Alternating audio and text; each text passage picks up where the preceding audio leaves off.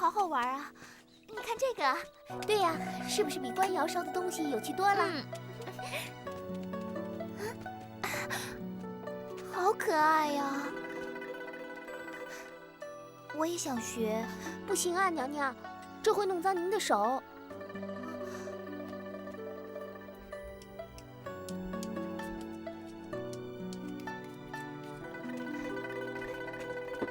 娘娘，你想捏什么？我要捏一个姐姐。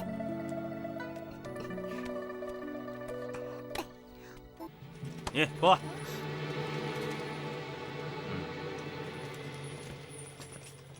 哎，站住！走吧。都给我认真点练啊！哎呀，在唐朝时期呢，有左右教坊，右教坊是歌妓，左教坊是舞妓。这盛时有2000多人，舞妓在当时可是个中翘楚，没有今年的磨练，想要登台献艺那是不可能的。所谓手眼身法步，腰肢胜杨柳。磨你们呀，就是磨这份巧，差一丁点儿就差多了。来，下去一点，轻一点。你，起来吧。过来。哦。再使点劲。蹲下。忍着点儿。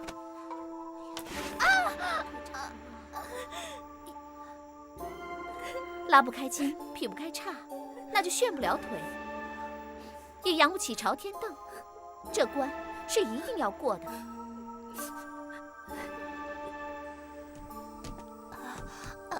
呀，小玉，小玉，你怎么了？没事儿。你练舞怎么练成这个样呢？师傅说了，过几天就好了。什么呀？你看你连路都不会走了。你说练舞也不能练成这样啊，只是练舞而已，又不是操兵，干嘛把人折腾成这样啊？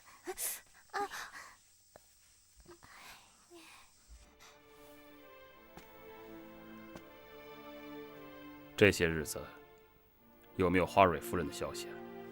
回皇上，臣已经派专人在各个关卡和城门监看，他们应该还没有出城。皇上，臣还会继续派人注意，一有他们的消息，臣会立即禀告皇上。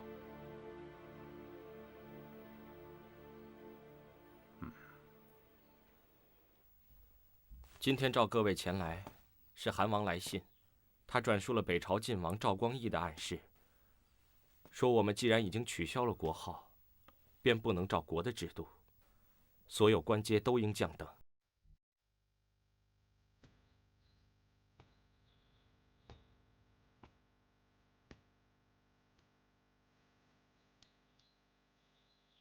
他要我们自己上表，请求贬损。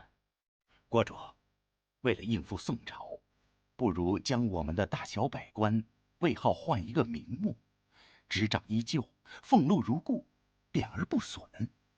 国主，臣以为，不如以贬损制度为名，趁此机会裁汰腐烂机构，整治吏治。国主，大唐国号已经没了，这还不够耻辱吗？为什么还要自我贬损？宋朝廷一步步进逼，真是岂有此理呀！当初国主就不该听一个卖国贼的话，去国号，糊里糊涂就把国家卖了。哎，潘友，那去国号是我一个人决定的吗？那如果不是北朝进逼的话，好了，过去的事不要再提了。既然国号都可除去，其他也就无所谓了。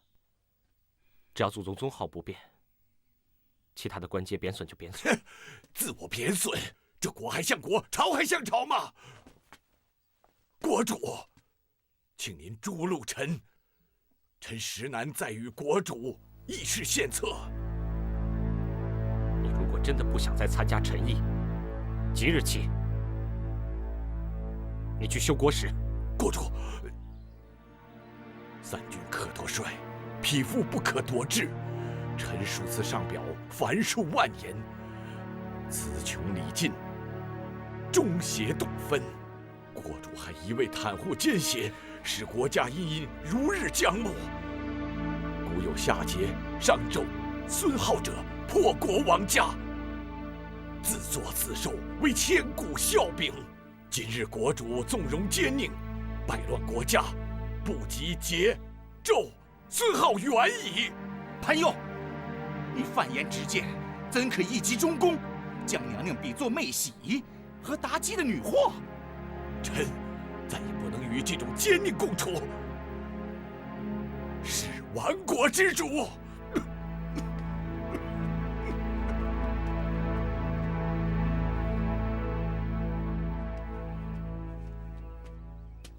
臣赵普叩见皇上，万岁万岁万万岁！好了好了，别那么客套了，起来吧。谢皇上。赵普，你跟朕多少年了？咱们认识多久了？朕会不了解你吗？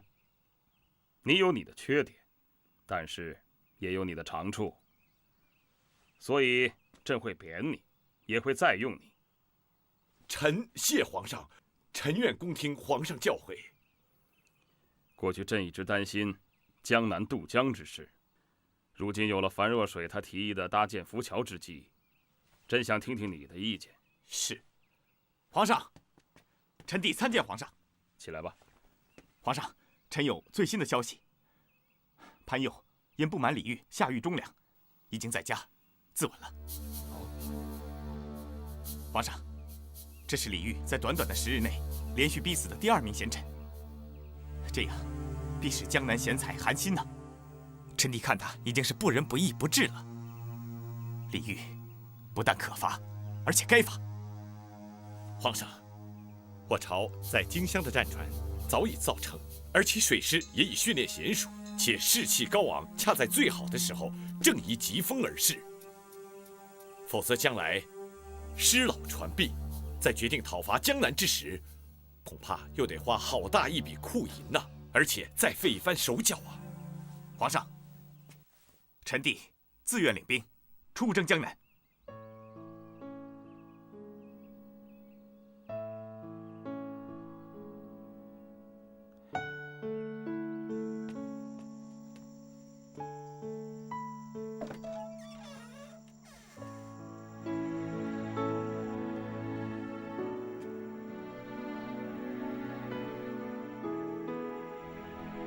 娥皇，这些日子以来，朕对你是无话不说，言无不尽。可是，现下朕却是如鲠在喉，只怕你在天之灵也会伤心气恼，跟朕一样心乱如麻的。说心里话，朕对李煜是越来越失望了，失望的无以复加。这些年来，朕听其言，观其行，他却越来越是非不明，忠奸不辨，一意孤行。他一步一步的把自己和江南的百姓推向深渊，比起刘昶的荒唐，也不过是50步与100步之机，完全辜负了朕对他的期许，也全然违反了朕承诺你当初不轻易攻伐江南的条件。娥皇，你说朕到底该怎么办呢？朕知道你一定会说，他只是一时糊涂。你会希望朕再给他一次机会，对吧？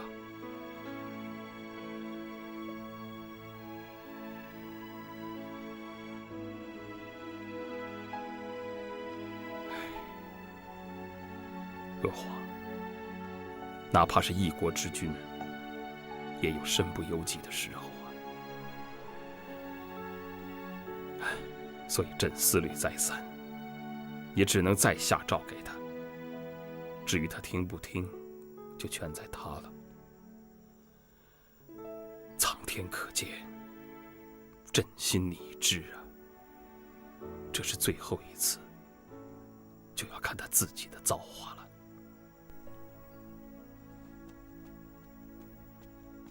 启禀皇上，李从善大人已到，正在御书房外候旨。微臣李从善叩见吾皇万岁万岁万万岁！免礼平身。好了，不必多礼，快快起来吧。哈哈哈，从善呐，这不是在大殿上议政，就不必如此拘礼了。君臣之分，国朝之纲，微臣自当谨守。好，说得好，不愧是人如其名，从善如流啊。如果你六哥能像你这样就好了。国主是否有什么冒犯皇上天颜之处？那倒是没有。不过，你说句心里话，自从你来到汴京之后，你觉得朕待你如何？皇上待微臣恩重如山，赐宅地，赏禄位，就连微臣的随员也受职封官。微臣敏感五内，不知何以为报。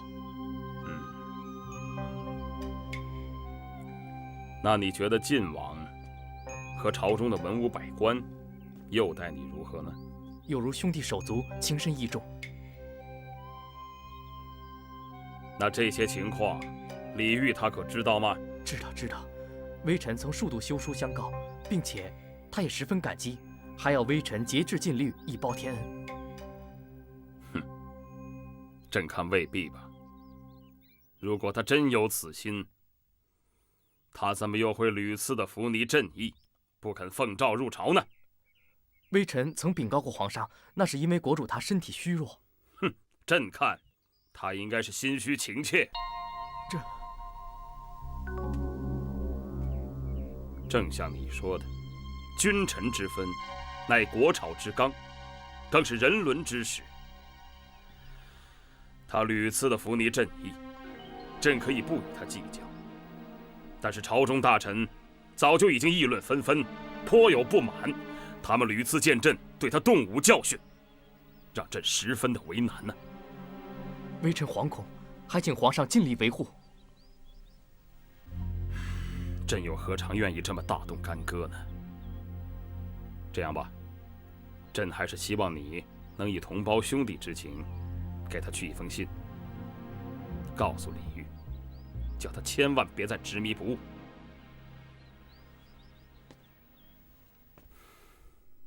朕已经忍到头了。是，微臣遵旨。汉王又来信了，朕真希望去唤他回来。国主，这当然不可。如果安全无虞，韩王他必定劝驾。可韩王的来信，并没有提任何建议，可见一句犹在，韩王的真意尽在不言中啊。朕想过，如果朕去，能满足宋皇帝睥睨天下、傲视四夷的虚荣，能容我江南与之和平相处，朕去并无不可。国主，如果出门一趟，安全捏在别人的手里，那为什么还要出这一趟远门呢？国主深系的是我江南百姓的安危啊，国主，您得三思啊。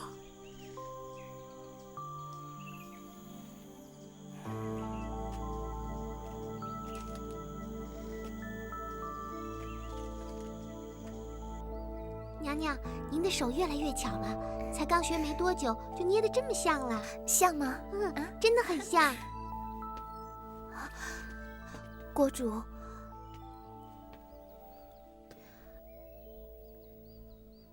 这是哪儿来的？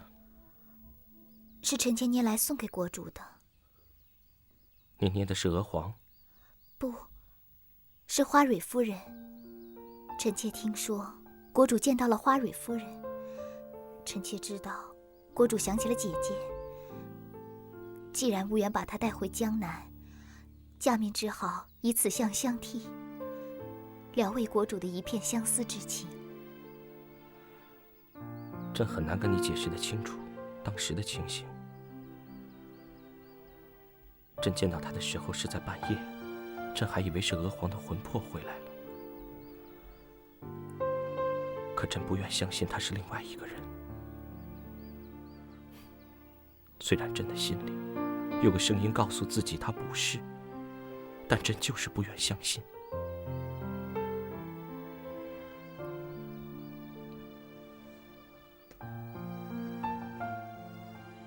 你一定以为朕疯了，朕居然还想带他走。国主，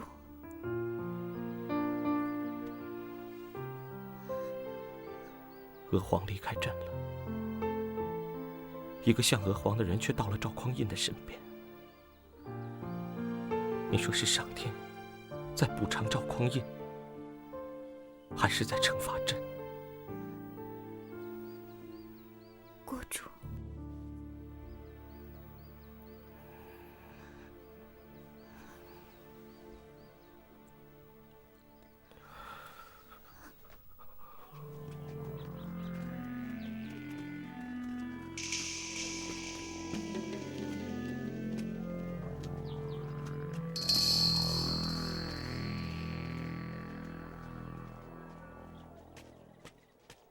，3、4、5、6、7、8，好，继续，3、2、3、4、5、6、7、8，4、2、3、4、5、6、7、8，从头来，2、2、3、4、5、6、7、8，3、2、3。你干什么呢你？来了多久了，你还犯这个错？打你是要你长记性，你给我住手！有你这么教舞的吗？动不动就鞭打，你简直不拿人当人看。小玉，把钱还给他，我们走。夫人，怎么了？你还有理了？实话告诉你，对于音律乐舞，我也略识一二。他们刚才跳的《云裳飞秀》，讲究的是飘然转旋回血气。这份纤柔的韵致，是强求不得，硬逼不来的。你看什么？没有人跟你提过吗？提什么？你那么像一个人。小玉，我们走。夫人，夫人请留步。我没有恶意，我和他是此生不再的手帕交。为了完成他的遗愿，我孤身一人在此教舞。你说的人是？你说的是谁？唐国主和唐国后不嫌弃我咬娘出身寒微，以武论交，荣宠有加。尤其是昭惠后，待我情与姐妹。她不但精于乐曲，重新填补《霓裳羽衣曲》的遗漏篇章，还匠心独运地重现了失传已久的《霓裳羽衣曲》。霓裳羽衣曲。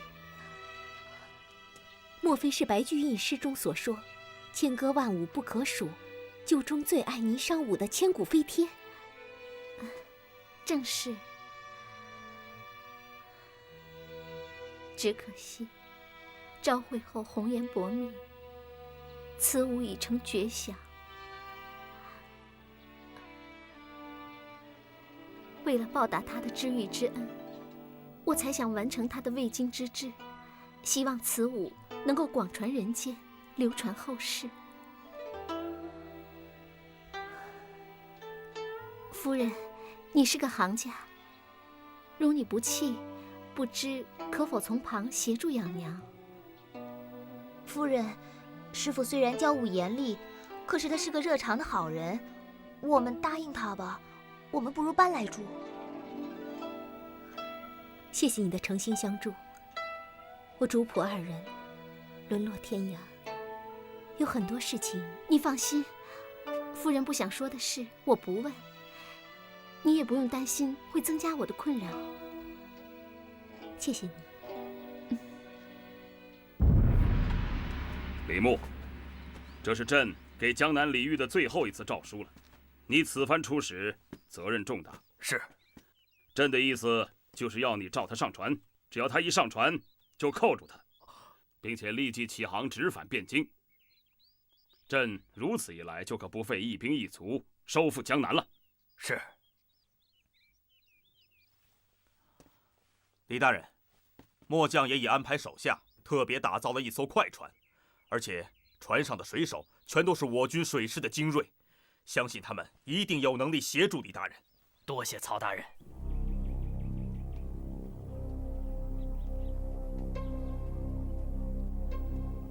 哎呀，晋王赵大人，李大人，一招错，满盘输啊！李大人，你知道吗？这样做可不利于我大宋统一天下的大业。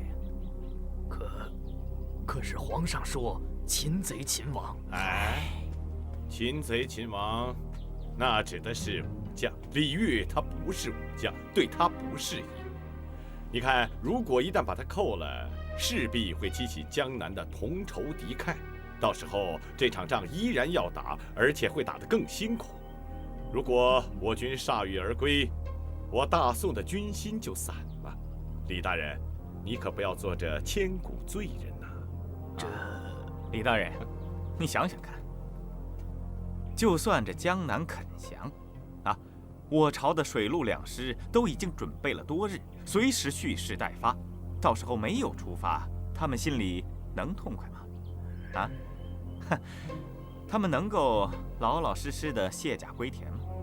不可能，他们必然会累积成一股怨气，到时候反过头来是朝廷一口，这可如何了得呀？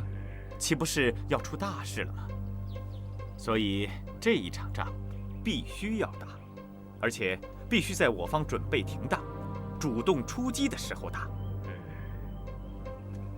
皇上他念及旧情，迟迟不肯出兵，这是错的。李牧，你把我的话给记住了。李煜他不能上船，有什么事儿，本王给你担着。李大人，是否要做千古罪人，你可要斟酌好啊！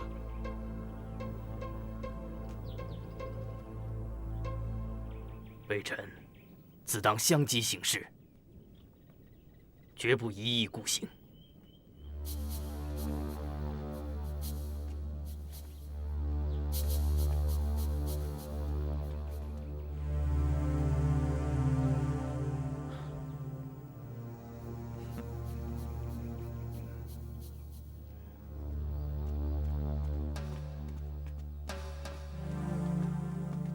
臣等参见国主。参见国主。宋使来了吗？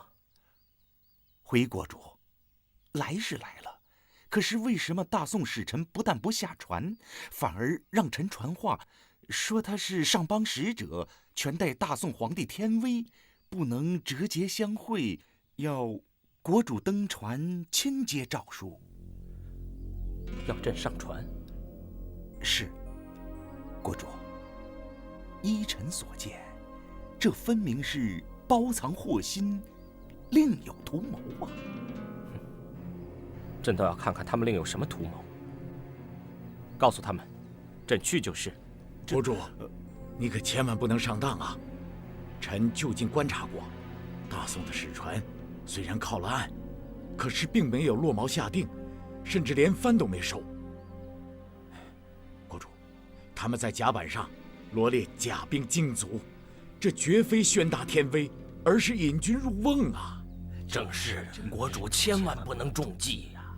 国主，依臣之见，还是在岸上接诏书吧。否则，即使在岸上布置了军校，国主登船一旦被扣，军校也鞭长莫及，无计可施啊！朕都想过了。北朝屡次要朕前往汴京，朕都托辞不去。这样下去，也不是个办法。这次如果他们真的把朕扣住了，再到汴京去，朕也不怕。如果朕去，能够换得大宋不再染指我江南，不再危害我江南的百姓，朕也就无憾了。国主，北朝无非是要以国主要挟我朝臣，请国主千万不能上当啊！国主，此事可非同小可呀。各位的心意，朕都明白。在春秋战国的时候，列国屡有往来交聘，其中也不乏以小事大，需要涉险、附盟履约的小国。而小国之君明知道此行是倒龙潭入虎穴，但也有人毅然就道，义无反顾，最后不但安然而返，还博得大国君臣的佩服。朕不一定有这样好的运气，但是朕不想当个懦弱的君主，更不想让北朝小看。国主，请三思啊！国主，请三思啊！你们听清楚，朕的心意已决，即便此行无法回头，朕到了汴京，亦必为江南争千秋。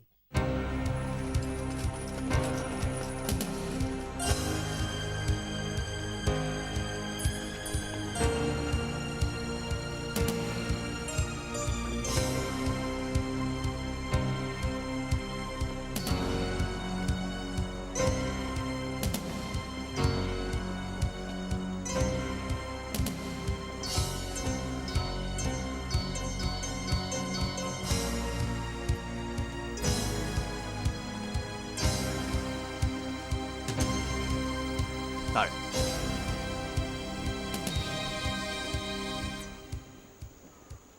你给我记住了，李煜他不能上船。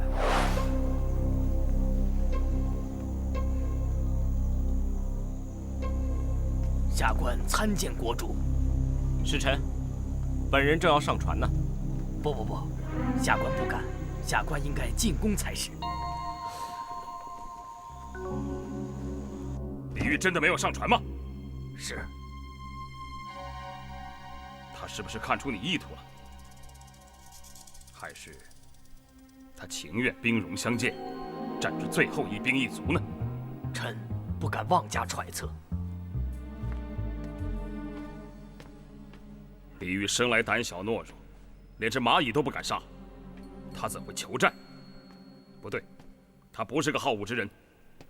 皇上，您一再给他机会，可是李煜他一再推脱，对您置之不理呀。皇上，您一直说李煜是个生性胆小懦弱之人，臣弟以为这是他别有用心呢。皇上，您屡次召李煜前来面圣，可是他每一次都找一些不三不四的理由故意推脱，您都让他过去了。这样一来，李煜他以后还肯来吗？臣弟以为他忽视皇上的圣旨，就是视皇命于无物。皇上，臣弟以为应该立即罚他。皇上，您说李煜连蚂蚁都不敢杀，可他却错杀了林仁兆，逼死了潘佑，枉杀了李平。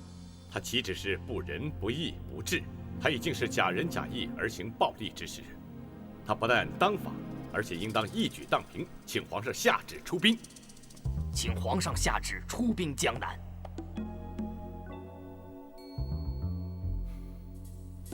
曹彬，臣在，你有什么看法？皇上，统一天下是皇上一生的愿望，而浮桥的设计又可助我大军过江。臣以为，伐江南可成，既然可成，就可伐。是啊，皇上，这是李煜他咎由自取啊。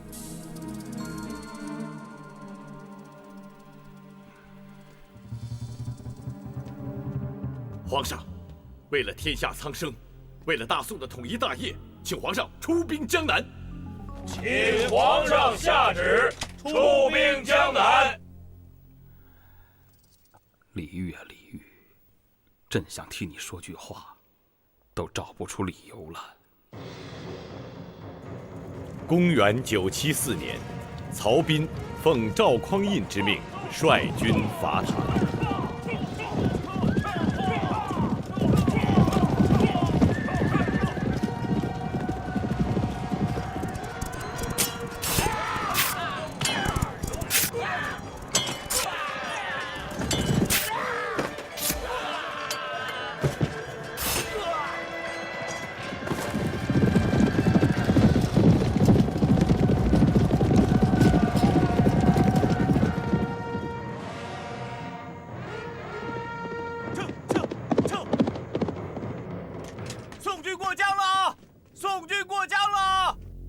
曹彬的水师从祁阳出发，一路扑向池州。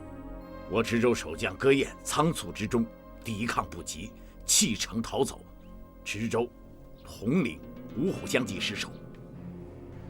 宋军一路来到采石矶，镇海军节度使郑彦华早就知道宋军要在采石矶搭浮桥，他竟然拥兵自保，没有南下。采石矶的守将杜真，他后续无援，全军大溃。宋军的陆师借着浮桥，就这么轻易地渡过江了。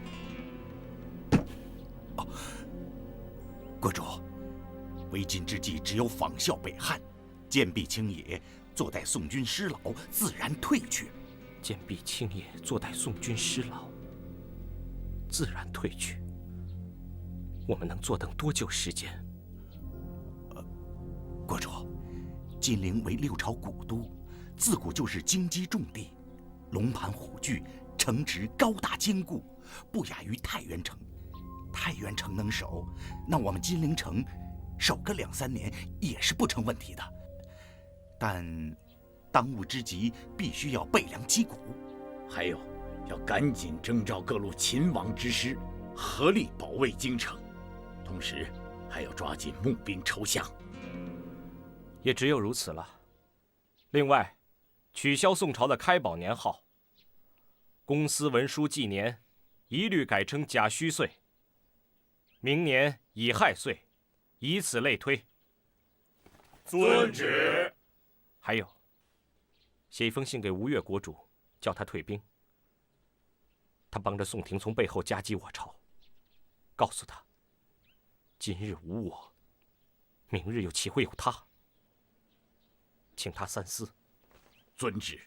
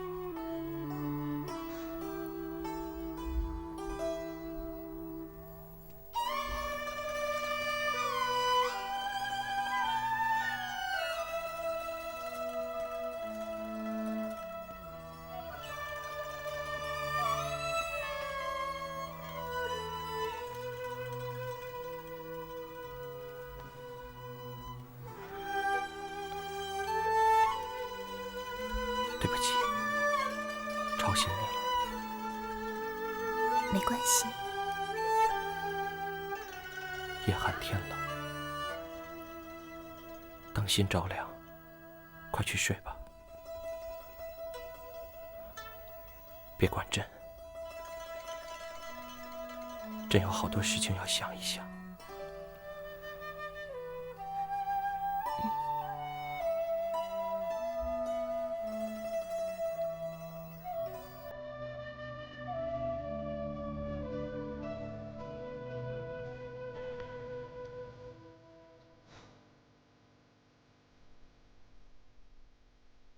唐玄宗的长歌水调，听起来真是凄凉。唐玄宗当了40多年的太平天子，不料却遭逢安史之乱，烽烟四起，王朝将倾，唯有出逃。去国前夕，有一个少年自荐儿歌，唱的就是这一曲李皎的词。想不到钱塘之曲，倒应了今日之景。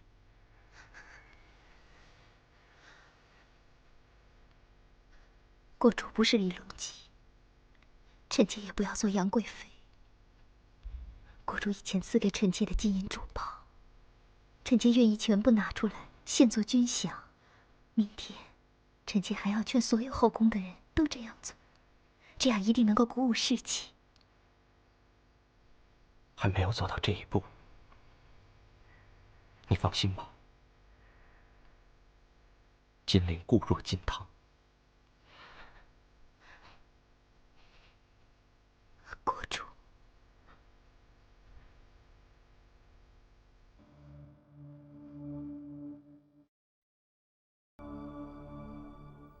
让我们出场啊！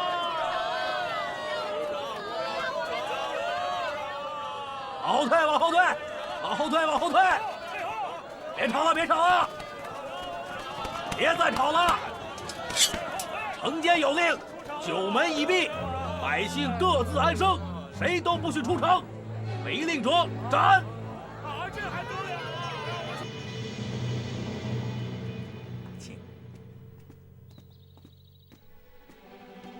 国主，江正大师求见。国主，大师，你来的正好，朕也正想找大师聊聊。国主，请说。大师，都说佛法无边，朕拜佛这么虔诚，为什么朕的国家会变成今天这个样子？你能不能用佛的神通替朕退兵啊？贫僧没有办法。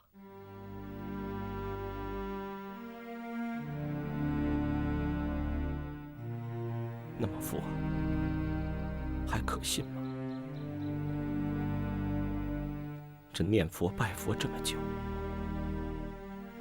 被臣子们责怪诋毁，你现在才告诉朕，你办不到。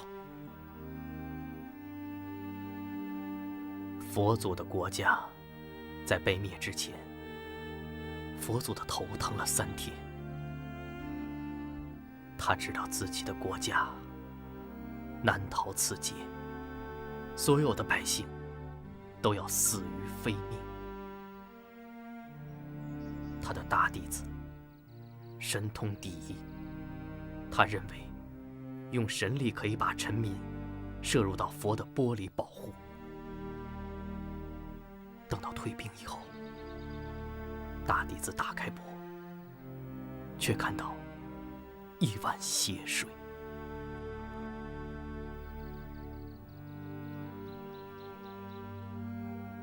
他难过地问：“为什么？”佛祖说：“神通不敌业力，是因为他那个国家的臣民前世的共业，才有了这一世的结果。”朕礼佛敬佛，朕有什么业力？阿弥陀佛，贫僧没有这个能力，看不到国主上一世的共业。可是国主这一世的因果，贫僧倒是可以略说一二。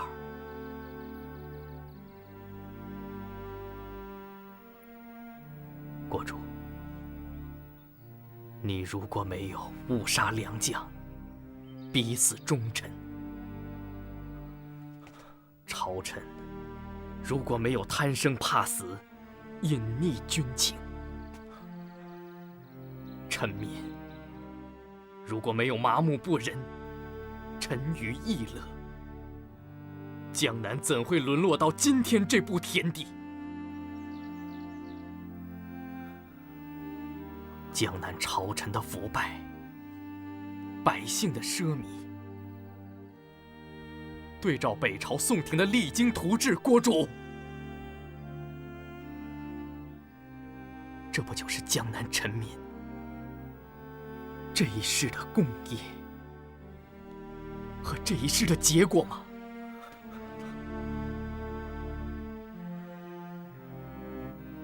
国主，贫僧话多了。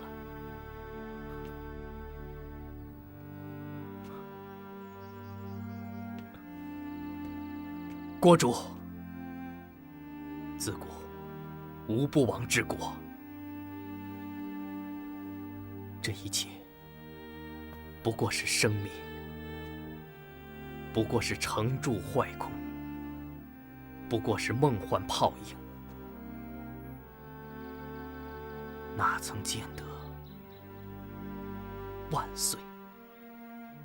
哪曾真见得万万岁？国主，如果实在无法挽救，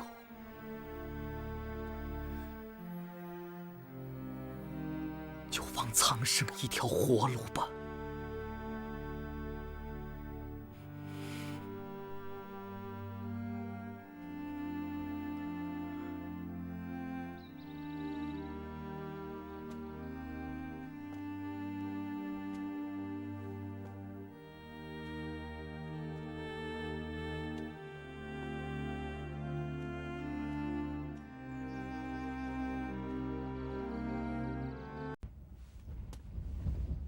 金陵的一切现在都已在我等手中掌握。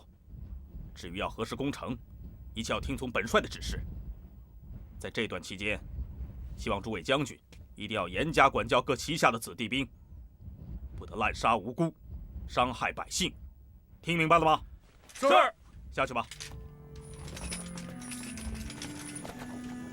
你们放我进去！我求求你们！不能进去！不行！我要见曹将军！军粮重地，岂是你随便进入的？不行！我进去！不能进去！你个出家人！我要见曹将军！干什么？不行！放开我！不能进！不能进！让我进去！不能让我进去！把他放了。是。若水，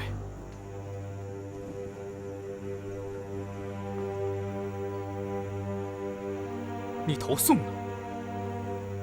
是。多谢大师当年的指点，给我指了条明路。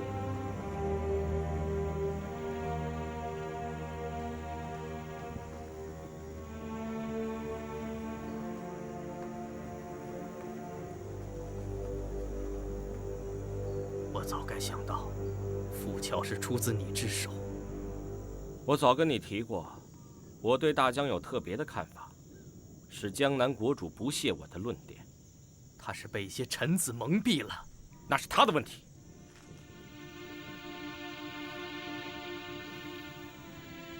对了，大师，你是从唐宫来吧？他还好吧？你对佳敏小姐还有追忆，还有关怀，这一趟我就没有白来。她已经不是过去的天真少女了。自从周后去世以后，她已经渐渐长大了。看到朝廷这些年的艰难，她已经能够称职的母仪天下，和国主共患难。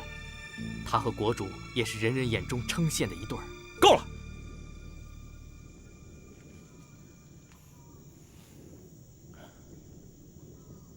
大师，你我都为朝廷立下大功，江南亡国指日可待。你我回朝之后，皇上必定会论功行赏。李渔对百姓仁慈，这场仗不该打。若水，我这次来就是请曹将军退兵。退兵？你站在哪一方？我站在慈悲的一方。慈悲的一方。你是什么样的大师，我很清楚。想想你当年，还是你这个假大师做太久了，倒变成真的了。若水，你可以讽刺我，没有关系。我是为了金陵百姓求活路而来的，仗一打，会死多少人？你想过了没有？怕死人？怕死人！你应该去劝李煜投降。到这里来干什么？若水，你是江南人。你曾经那么的关心着江南，你就忍心看着江南百姓遭受战火的荼毒，看着这个国家就此败亡下去吗？这个国家也是从别人手里抢来的。李煜既然无法守城，那改朝换代也是很自然的事。李煜人民爱物，他从不好大喜功，他极力在避免战乱，他对大宋朝廷忠心恭顺，他这一切都是为了百姓好。你们为什么要灭掉他？哼，李煜人民爱物，李煜人民爱物，他就不会杀死林仁兆，不会逼死潘佑、李平。我就是不忍心看到江南的百姓葬送在李煜这种人的手里，所以我才离开江南的。你离开江南，是因为你所求不能如愿。你当初殿试落榜，你就愤世嫉俗；你第2年不愿应试，就自暴自弃。你把所有的错都怪在别人身上，但是你从来没有自省，还一味的推诿。你怪别人不给你机会，怪老天爷不公平，怪这怪那，你就从来没有怪过你自己。你有好的本事，好的构想，林仁兆这条路断了，你原来可以找别的道路，找一个你可以信赖的人，说出你的想法。可是你再一次怪罪别人，你的行径只有用2个字可以解释：你自私。你因为自私仇恨而叛国。我不是。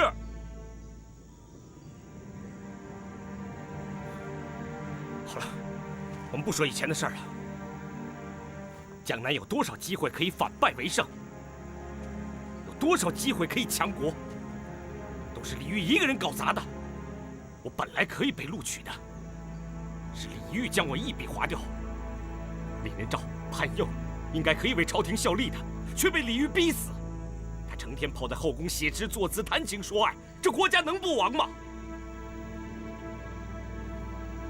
江正大师，你一直以来都是大宋的细作，是你把李煜引上亡国这条路的，是你给我指这条明路的。现在你来告诉我，这是错的。若水，是我错了。你错了，江正大师，你是真慈悲了吗？不要在我面前做戏了，你骗得了别人，骗不了我。你不过是从真小人变成伪君子，听到没有？你是伪君子，你这样做只会更令人不齿。好，你不听，我去找曹彬。我实话告诉你吧，我马上就要攻城了。你现在去找将军，他只会杀了你季琦。若水，百姓何辜啊？百姓何辜？你现在来问我百姓何辜？若水，若水，你走。若水，我不想看见你，你滚！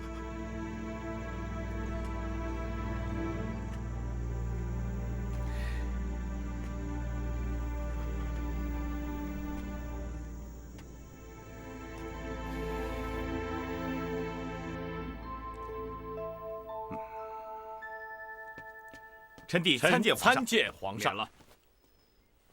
谢皇上。朕召你们来，只有一件事。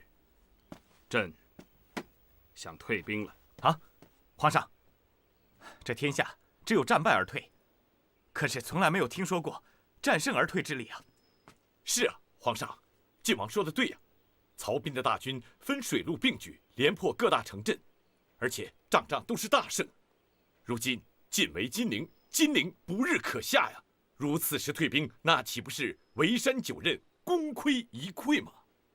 好了，围攻金陵城快1年了，这攻势始终没有进展，金陵的粮价又翻了好几倍，朕不能不管。所以朕想先将大军撤至江北扬州，重新谋划。皇上退兵，把战期延长，肯定会使我军失老兵疲啊。皇上，您何不降旨，命令曹彬挥军强攻？臣弟以为，以我军强大的威势，1个月之内肯定可以破城，到时候就可以逼李煜开门献降，这岂不是更快了？哼，强攻就会遇到顽强抵抗，到时候只会造成杀戮抢掠，激起民变。朕绝不允许蜀国的惨事再度发生了。皇上，金陵围了这么久，城内存粮应该不多了，军心必然涣散，金陵不日可下，请皇上三思啊！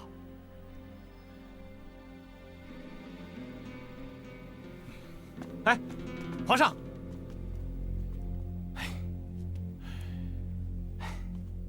根本就是皇上对周文皇用情太深，才会在伐江南的战事上，永远都是不干不脆，举棋不定。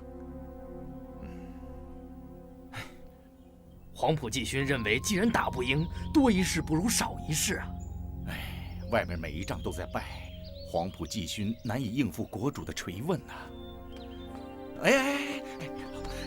陈大人，急匆匆的有何事啊？宋军已经兵临城下，国主不能没有作为啊！我要去面见国主。大人，国主不是说好了要坚壁清野，等待宋军师老自然退去吗？徐大人，外边发生了多大的事，你知道吗？你还敢拦我？陈大人，国主，李雄父子一门8节全殉国了。国主，李雄奉命前来金陵救援，他开拔之前向7个儿子慨然明志，说父死国，子死父，否则就是不忠不孝。他的7个儿子弃然受命，项岳绝不独生，果然没有一个贪生活下来的。全军覆没了。他们被主帅黄埔季勋所误。国主，黄埔季勋从一开始就没有好好打这场仗，他不但没有按照计划调兵增援，还将李雄父子推入陷阱，让他们中了敌人的计。不止他们，还有当初献策要讨伐吴越的卢将也被害死了。国主，宋军已经兵临城下，您怎么可以不闻不问呢？兵临城下，朕每日看到的奏书都说，宋军远在数十里之外，毫无动静，说他们迟早会退兵。朕要亲自上城头去看。裴厚德，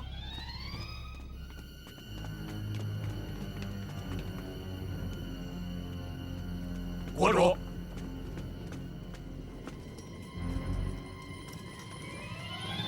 这金陵城何时起被包围成这个样子？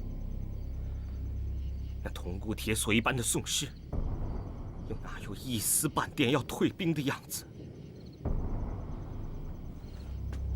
你们居然敢欺君罔上，误国误民到这样的地步！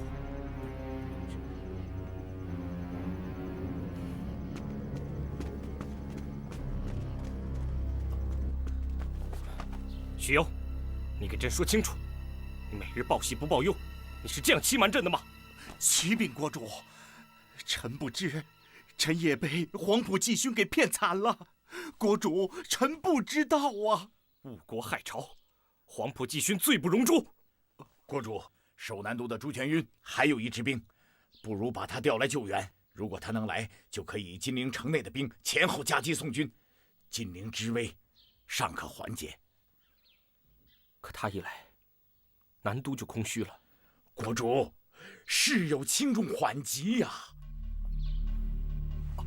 国主，要不请国主修书一封，求宋皇帝罢兵，臣将功折罪，连夜将信送到汴京，如何？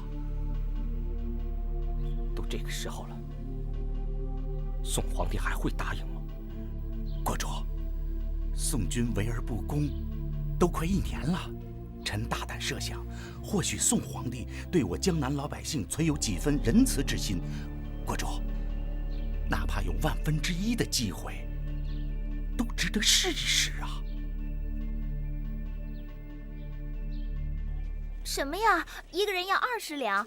真的不能打折呀？是雇马车，不是买马车。行有行规，到蜀地就是这个价。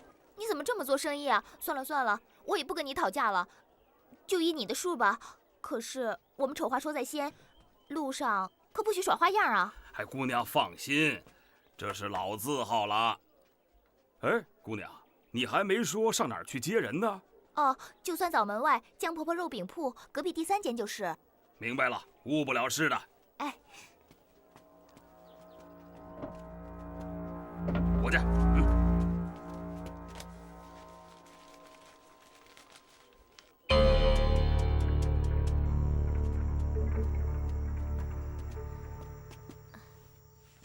拿去吧，这些银子应该够你们回到蜀地的盘缠了。收好，记得财不露白。我该怎么感谢你呢？那就什么都别再说了。我最讨厌听到那些肉麻兮兮、婆婆妈妈的傻话。快走吧。师傅，还不走？难道要我拿鞭子抽你吗？快走吧。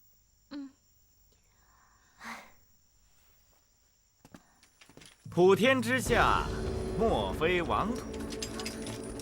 夫人，你这是要去哪儿啊？夫人，最近别来无恙啊，可是把本王想苦了。你想干什么？你们还有没有王法了？是啊！药娘。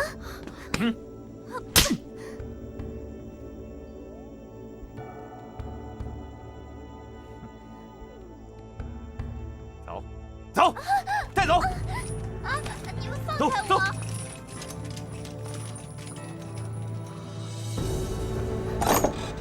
进去。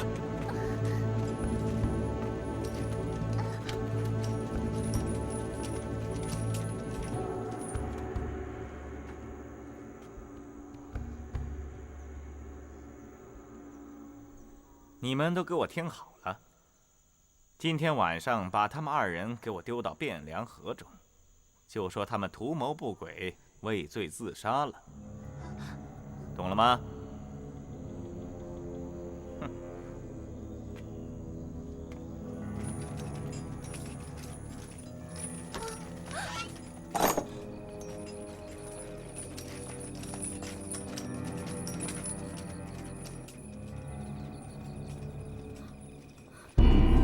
护驾，保护皇上！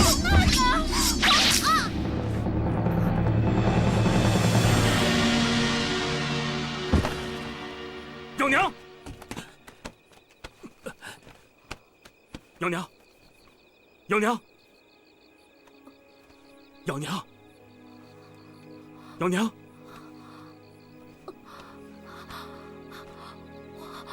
幺娘，皇上，你一定要救救华蕊夫人，救她！幺娘。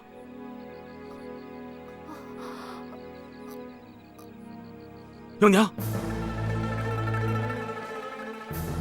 幺娘，幺娘！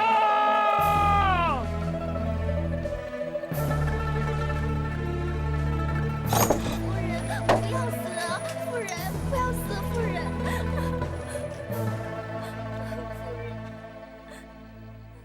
都准备好了吧？把他们给我带走。是。不要啊！夫人，放开我！你放开！夫人，住手！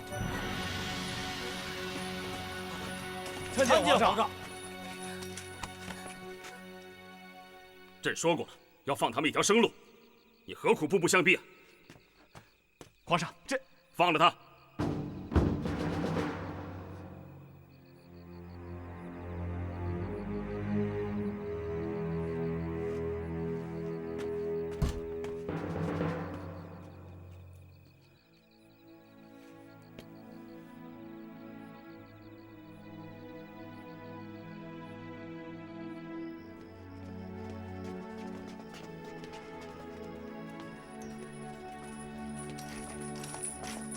你们都给朕听着！朕不准晋王再接近花蕊夫人，再接近永乐宫。谁敢玩忽职守，朕绝不轻饶。是。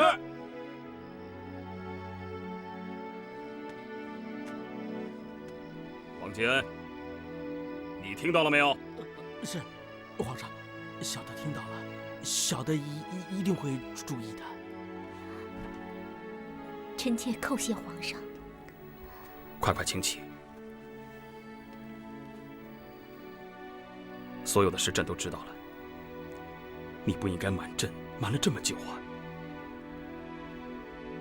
让你受了那么多的委屈。要不是姚娘冒死拦住朕的御驾，你也许就这么糊里糊涂的死了呀。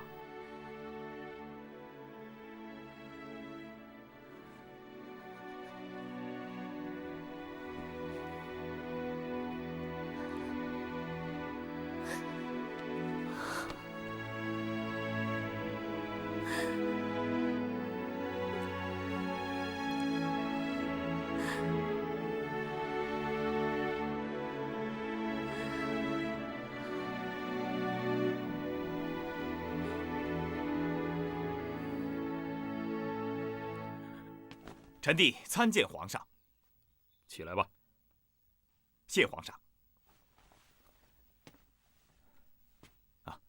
皇上，后蜀降妃花蕊夫人，她是祸水，是妖孽。臣弟恳请皇上降旨，杀了她，以谢天下。他何罪之有啊？他何罪之有？他貌似温柔，实则他就跟妲己和武媚娘一样，都是妖精。皇上，狐媚惑主啊！不杀他，臣弟恐怕大宋的天下早晚会亡在他的手里。胡说八道！他做出什么对不起社稷、对不起百姓的事了吗？分明就是你由妒生恨，才到朕这儿来挑拨离间。皇上，是他挑拨你我二人之间的兄弟感情啊！你住口！自他进宫以来，他从来没有在朕的面前说过一句你的不是。你不好好的反省一下自己的所作所为，反倒迁怒于他，朕都替你脸红。那皇上呢？皇上为什么不反求诸己？为什么为了一个女人如此的执迷不悟呢？难道就是因为她长得像已经去世的周文皇，所以才让皇上忘了当年的誓言，忘了统一天下的大志了吗？朕没有忘，这些事情与娥皇和花蕊夫人都是无关的。怎么会无关呢？皇上，您仔细想想，征伐江南之役，明明势如破竹，可是现如今这个仗打的是别别扭扭，金陵城破指日可待。皇上，为什么在这个节骨眼上您下令撤兵？这难道不是为了周文皇吗？朕是为了百姓，朕不想再伤及无辜了。皇上，打仗哪里有不死人的？这都围了1年多了。皇上，臣弟恳请皇上，您就下旨意，让曹彬大胆放手的去攻吧。